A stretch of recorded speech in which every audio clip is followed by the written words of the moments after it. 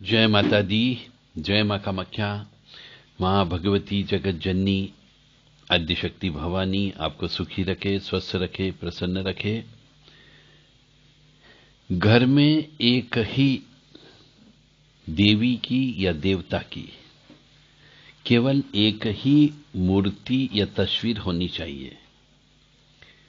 कहीं कहीं पर देखने को मिलता है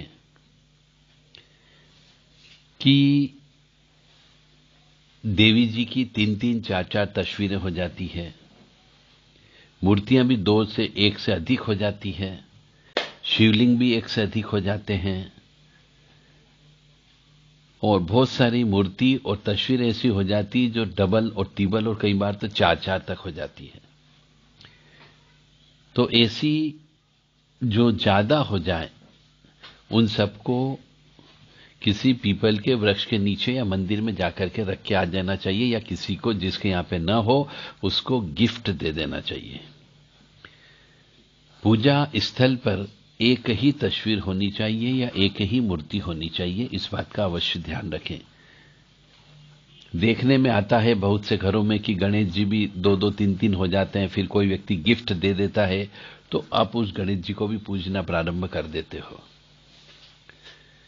फिर किसी तीर्थ स्थल पर गए तो वहां से भी आपने 2-3 शिवलिंग खरीद लिए, फिर एक और ज्योतिर्लिंग पे गए तो वहां से अलग शिवलिंग ले आए, फिर एक और ज्योतिर्लिंग पे गए तो वहां से अलग शिवलिंग लेकर के आ गए। तो इस प्रकार से 4-5 शिवलिंग घर में हो जाते हैं। तो यह एक प्रकार से या तो सभी शिवलिंग की पूजा एक साथ नहीं की जाती है। तो ज्यादा शिवलिंग घर में नहीं होना चाहिए, ज्यादा देवी जी की, हनुमान जी की, दुर्गा जी की या भैरव जी की मूर्तियां नहीं होनी चाहिए, केवल एक मूर्ति होनी चाहिए। और घर में केवल पंचदेव की पूजा करनी चाहिए, जिसमें एक गणेश जी हो, दुर्गे जी जो सिंह पर सवारी वाली है वो मूर्ति होनी चाहिए। तीसरे नंबर पे आप ठाकुर जी लड्डू गोपाल की पूजा करनी चाहिए घर के अंदर, सौम्य शांत स्वरूप वाले। और चौथे नंबर पे आपको सूर्यनारायण भगवान की उपासना करना चाहिए। और शिवलिंग, एक शिवलिंग घर में होना चाहिए। बस ये पंचदेव की उपासना घर के अंदर होती है, यही शास्त्र सम्मत है।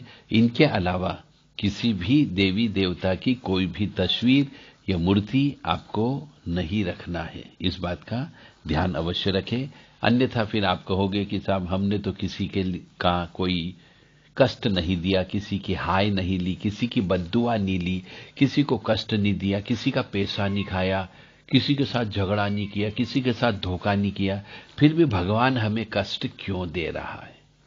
तो भगवान कष्ट इसलिए मिलता है कि आपने एक ही शक्ति की 2-2, 3-3 मूर्तियां लाके रखी हुई है।